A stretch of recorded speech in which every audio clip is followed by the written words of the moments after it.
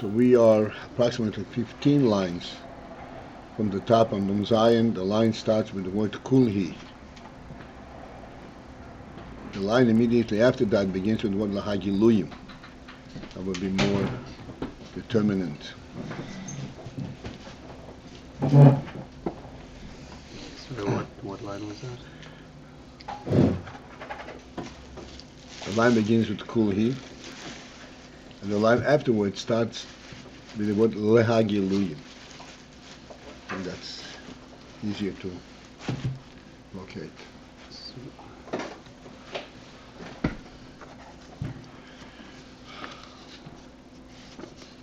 Yeah.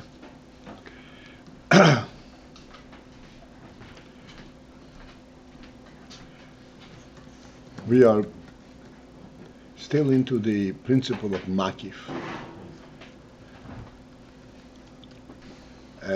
explaining how the makif is the basis and the source for the pnimi.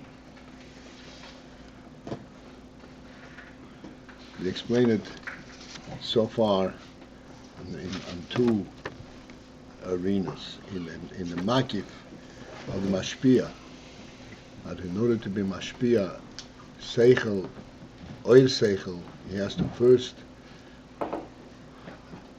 surmise, in a makif sense, the chushim of the makabel, and then be mashpia according to that identification, that surmise. This is where he knows the chushim makabel in a makif manner. What is he capable of understanding?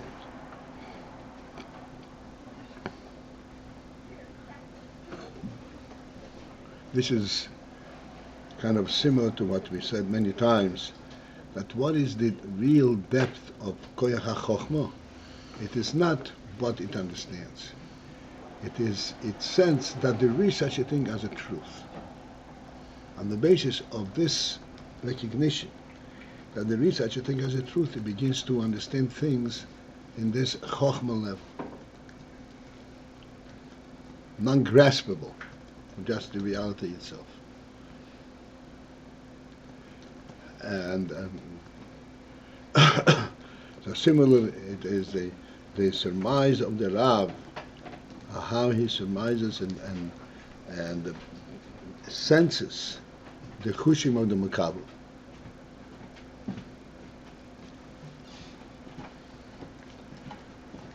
And this hashor and chushim hamakabel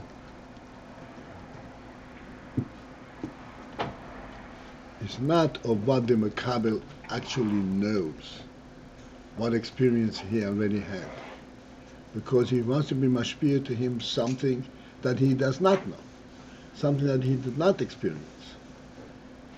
Therefore, he has to be mashayah, the chushi hamakabel, of what he is capable of receiving, not of what he already knows. He already knows, he only can give him a test and find out what he knows. This is something which he surmises from a different level. This is called a makif. What is he capable to relate to, even if he doesn't know it? On the basis of ore? He wants to know his sensitivity to ore? Right. And what kind of way is he capable of be sensitive, of acceptance?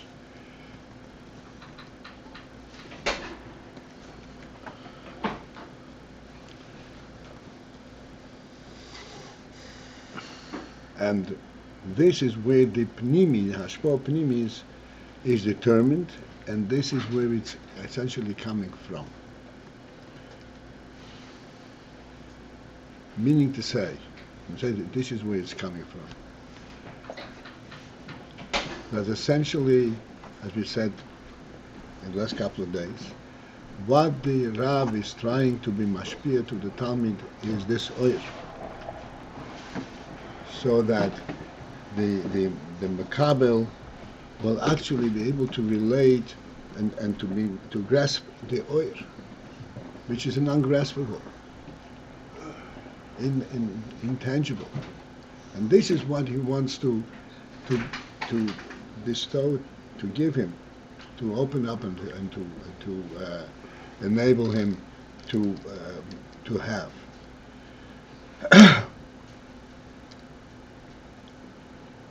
And therefore he has to first estimate correctly what he's capable of accepting.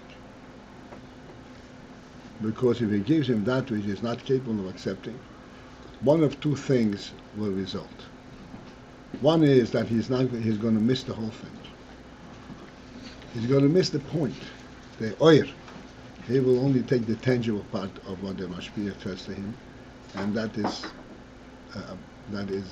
so to speak, purposeless in a certain sense.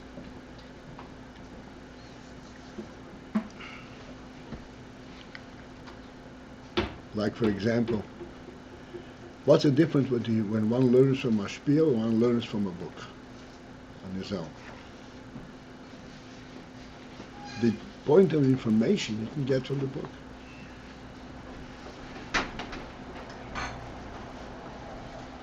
But the book, then he will see only that which he already had experienced before in seeing.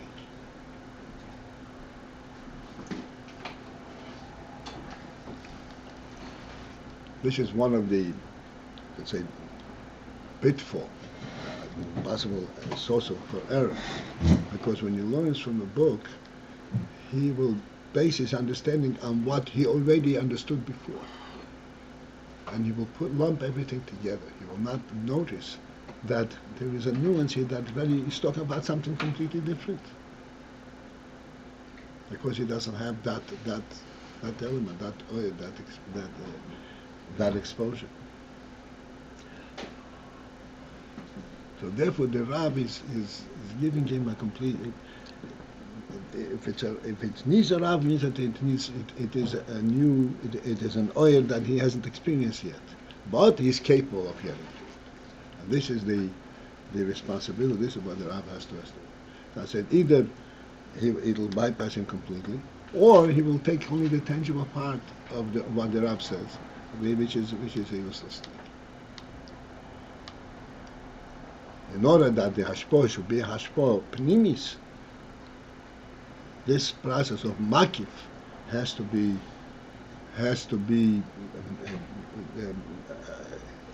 brought to bear.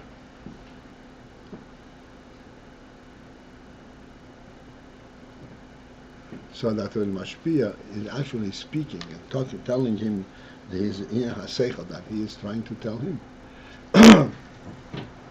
he is speaking to, so to speak, to this makif element, to that which he already knows, which he has the capacity of knowing.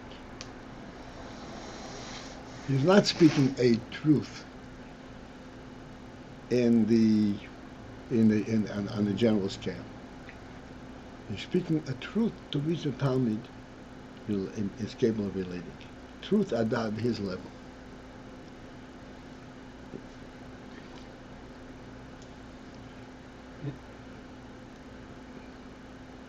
Just 1 second.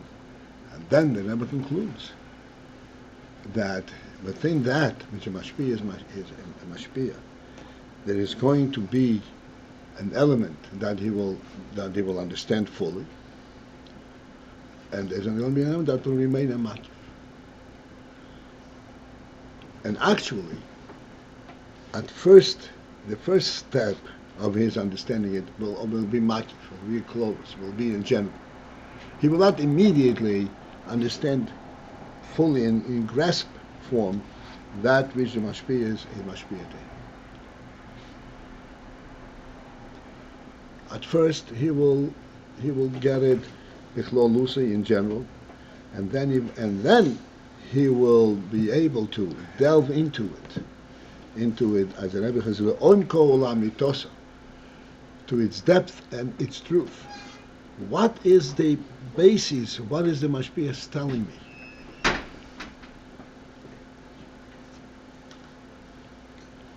Something that is true in and of itself. Omko amitoso means it has an essential truth.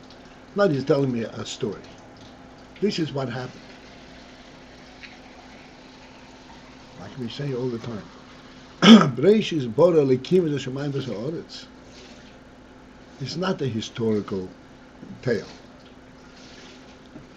It is for describing to you the world you're looking at.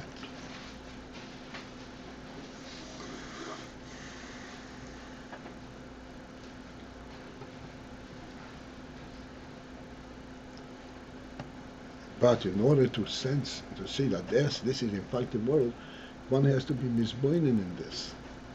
And until he gets to it, as you say, to whatever degree we'll take it, but there is amis in it. There is oimek in it.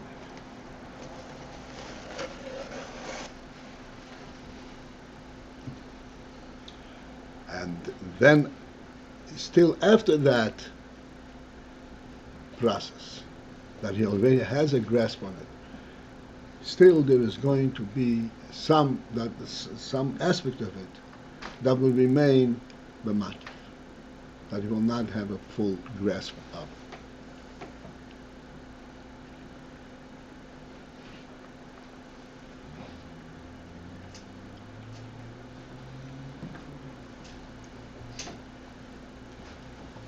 It sounds like that this whole process that we're describing now is similar to a chochmah, like to person himself becoming aware of certain chochmah and then developing it downwards. Like first is becholus and then it's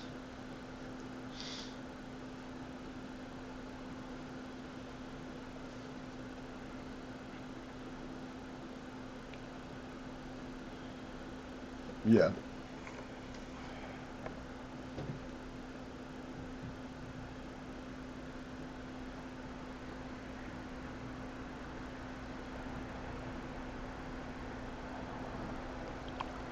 Therefore, the makif is that which enables the pnimi.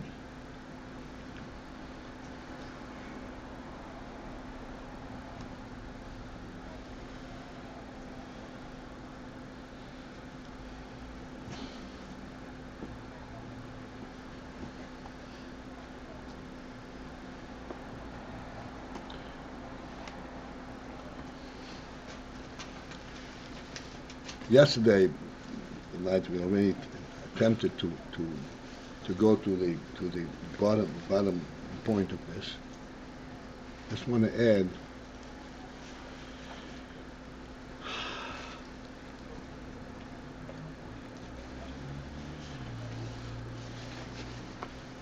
there is,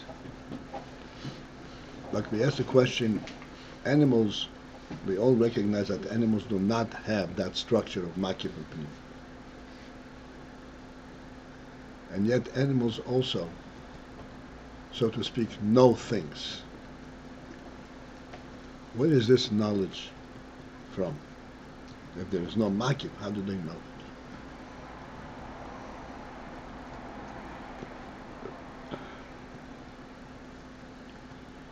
it? In truth, we didn't really conclude that last night.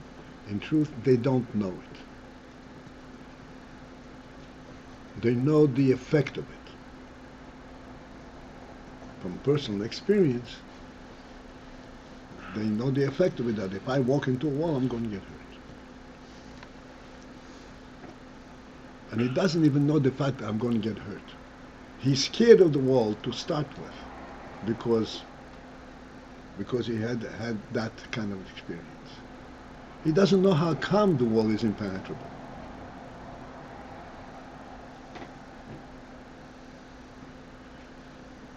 There's no real knowledge there.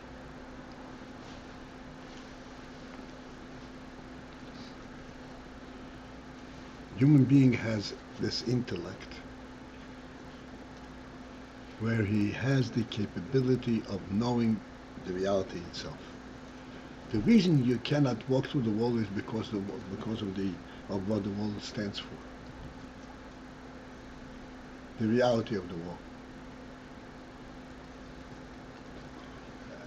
As we pointed out way back when, it's an interesting thing that if you want to build a sukkah, you can build a sukkah by simply alluding to a wall. And to a human being, this is a wall. This is a mechitza. It's not a wall that will prevent him to go through. But it's a mechitza that gives him the sense that he is within mechitzas. This is a seichel level mechitza.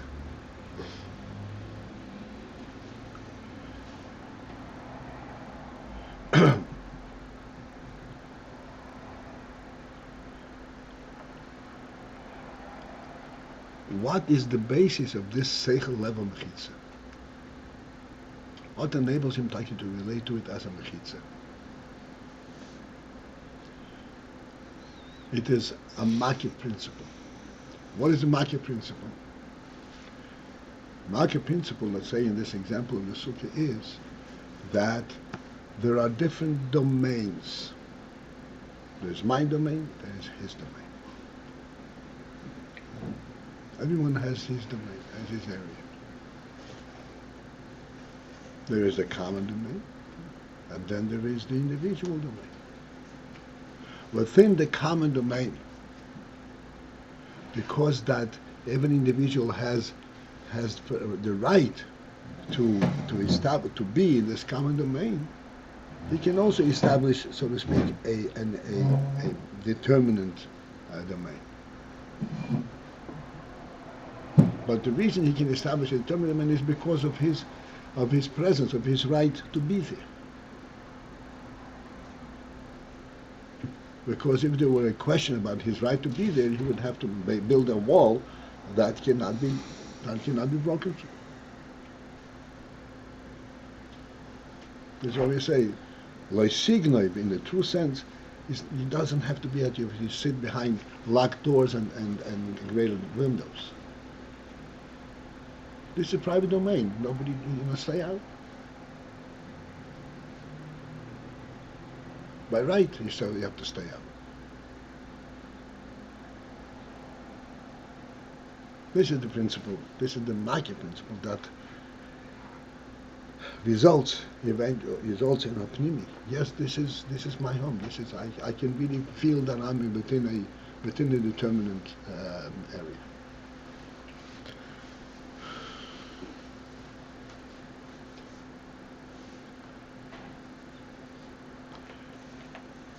This makif, as we said last night, this is the most important principle. This makif exists only because of the truth that this is something which is being provided by the original owner of the world.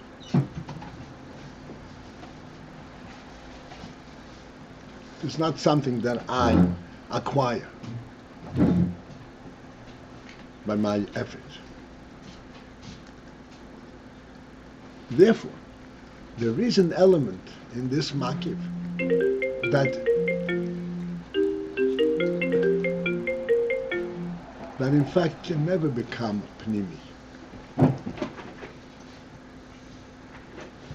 because it is always an element that is being given from a different source, from the original source, before it becomes a Metzias.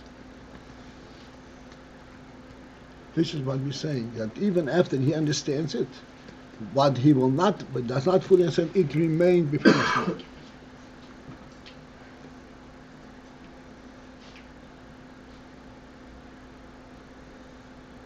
This Bechinas Makif can be extremely remote. It can be in a very distant manner, so to speak, going back to the absolute truth. But there is a Makif element. There's an interesting thing in Gemara. Omar Rabbi Yehuda, Omar Rav. Rabbi Yehuda said in the name of Rav. Rabbi Yehuda was an Amoira. In our terms, a scholar par excellence. He knew the whole Torah. Why is he saying Omer Abihud Omer Rav? Why is he not going to say Omer Abihud?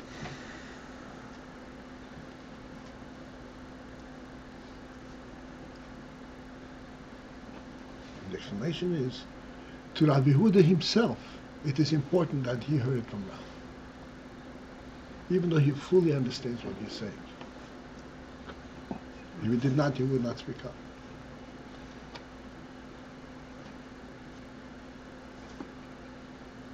As we know, what Chassidus brings down, that Rabbi HaKodesh said, you know why I have something beyond, above my Chaverim, because I was able to see Reb Meir when he gave the shir.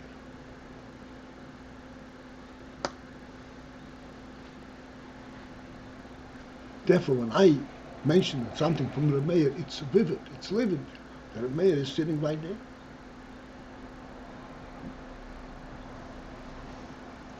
See this brought down, I'm sure you saw many times, that he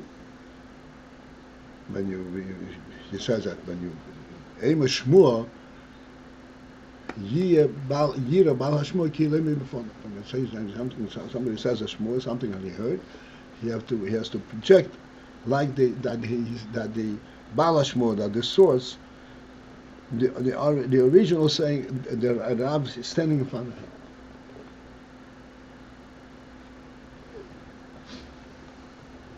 This always remains much.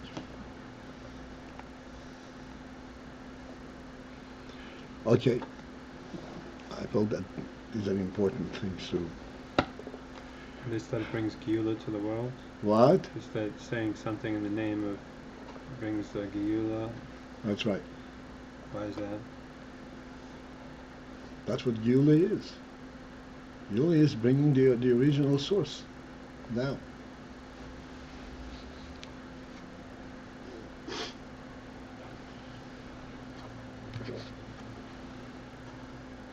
There's this one question. The Makabel's Chushim are dependent on his experience somewhat and his knowledge. In other words, they can grow, or they can, the Rav is sensing the kelim of the Makabel, saying it's not necessarily dependent on what he knows, but yet there is an element that they can grow. Of course. Kabbal's chushim are the chushim that were granted him at birth.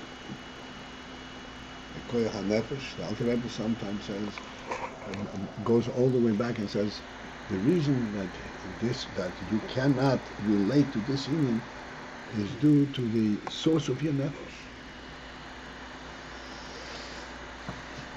There are naposhis, atzadikim that are sourced in Atzilus. There are naposhis atzadikim, naposhis even that are sourced in Malchus dis Asiyah.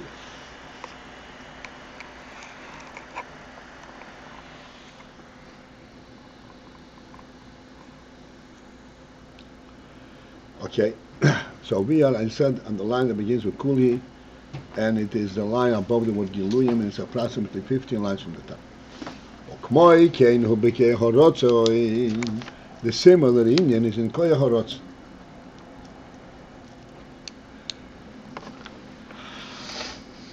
We will try to speak in terms of rotzin, etc. This is very, very elusive thing, despite the fact that we all know the touch of the word rotzin, and yet there's something very, very elusive about it. The koya horotzin shehu bibchinas maki vehelem. The koya horotzin is in the form of maki vehelem. The word of helem comes in here because initially the whole discussion about maki v'pnimi came to explain the principle of helem v'gilui. And we said that helem is the makif and gilui is pnimi. So the rotzin is also helem, and thus it is makif.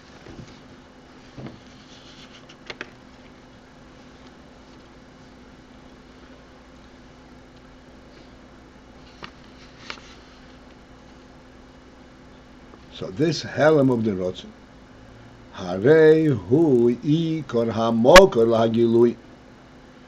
This Rotze is the principal source for Giluyim. Giluyim means to come into Kodesh Pnimiyim and be a determinate presence.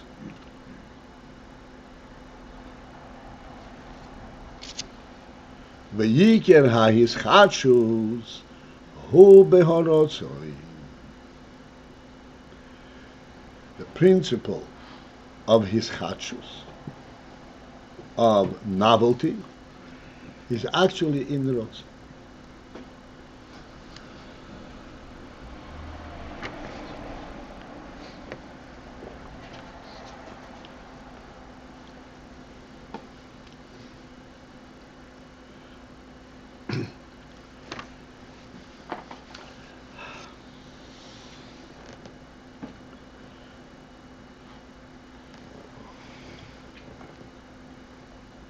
I mean, I said Rotzein is an enormously powerful element. This is really the whole energy, the whole enthusiasm of a person is the Rotzein. On the other hand, what is it? Where does it come from? What kind of koyach is it? It's very difficult to identify. It's elusive. It's a makif. It's hella.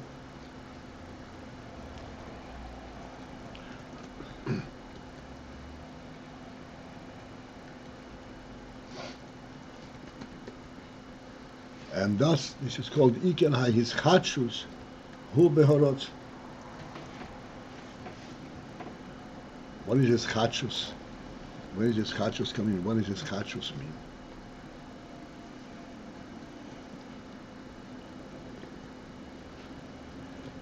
Rotzin, as you said, is an elusive thing. A person has a Rotzin,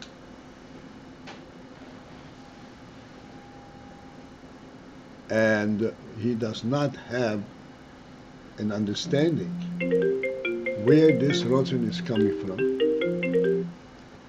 and what is behind this Rotzin.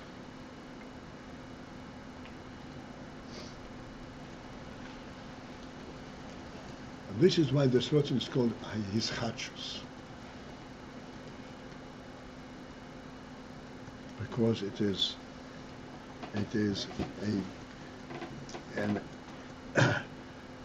a novel presence in the form of Rotz. This is similar to what we mention all the time, that the earth is toileretz al belimo. How do we relate to the earth? It's a reality. This is the godly will. Interesting that the word oretz in Lashon Kodesh is related to the word rotz.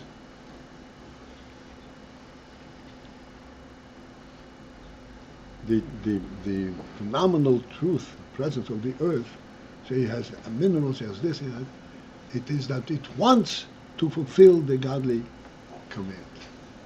It's a completely elusive power. The earth contains immeasurable power, endless, in many different, in all kinds of different ways. All kinds of ways. One thing that we can readily identify. It can produce and sustain creatures. Certainly, vegetation is his own product of infinite variety, indeterminate variety. And all of them are reflective of the earth, of the earth.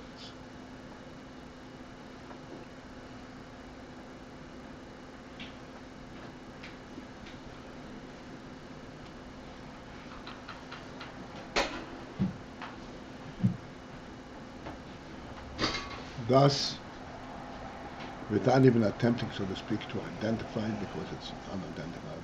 But one thing we know, Oretz is, Rotzin is reflective of the truth of the truth of the nefesh itself. Oretz is reflective of the godly Rotz. This is not the earth that wants it. It's a godly power in it.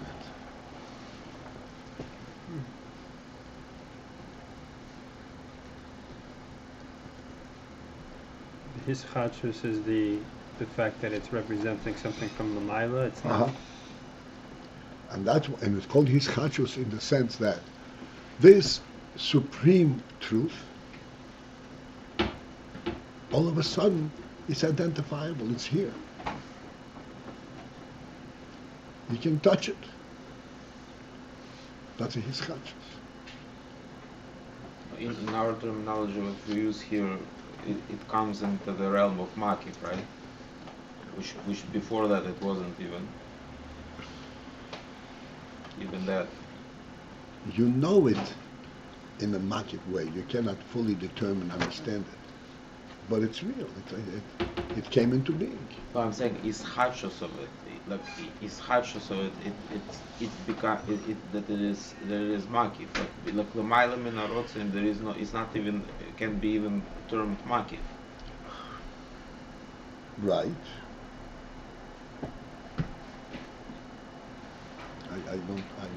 What are you trying to pin that? I'm trying to understand, like, that we learned about mashpia and mekabel, that mashpia has to mishayr, like he has to create a makif basically in order to mashpia to originally, right?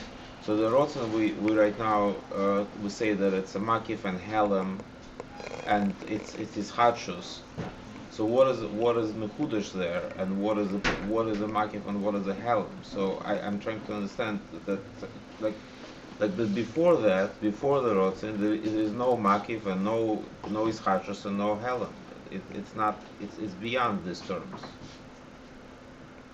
It's just kind of like a mashpia before he mishayr the Talmud's kushan. I don't know what you're shooting at. Yes, his chachus is not yet determinate as in the in the world. It's bringing that possibility. Right. I'm just trying to make sure that I understand it. That's all. Yeah, it's bringing that possibility. It is, and the Rotzein is the maki for all the koiches hagluy, all the way starting from the seichel all the way down to Rasi. It's like yesh me'ayin. You have It's like yesh me'ayin. something from It's a source you cannot touch. That's right. There we said though Bria was Yesh Ma'ayin, the level of Bria. And we associated Bria with, not with Ratzon, we associated it with something else. Do you know? In yesh me'ayin there is gilui and helam. The Rotzein is the yesh me'ayin and the helam.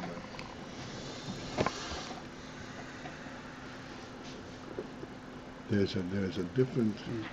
There is the yesh me'ayin, and there is a possibility for yesh. It's the makif of Yesh Ma'ayin. The makif of yesh. That's right. The possibility of it. Rotzen is a possibility. Rotzen is hell.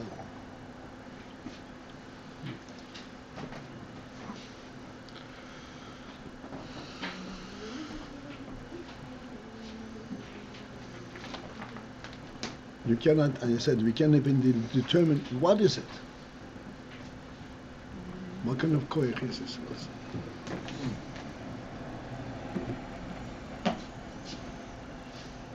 To be continued.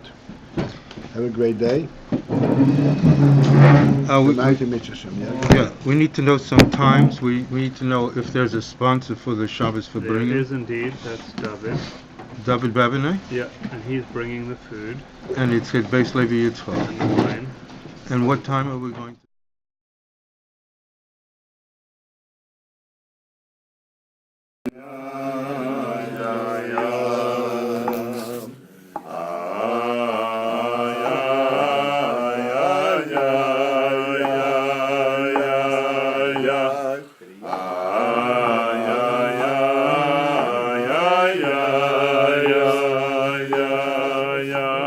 ay, ay, ay.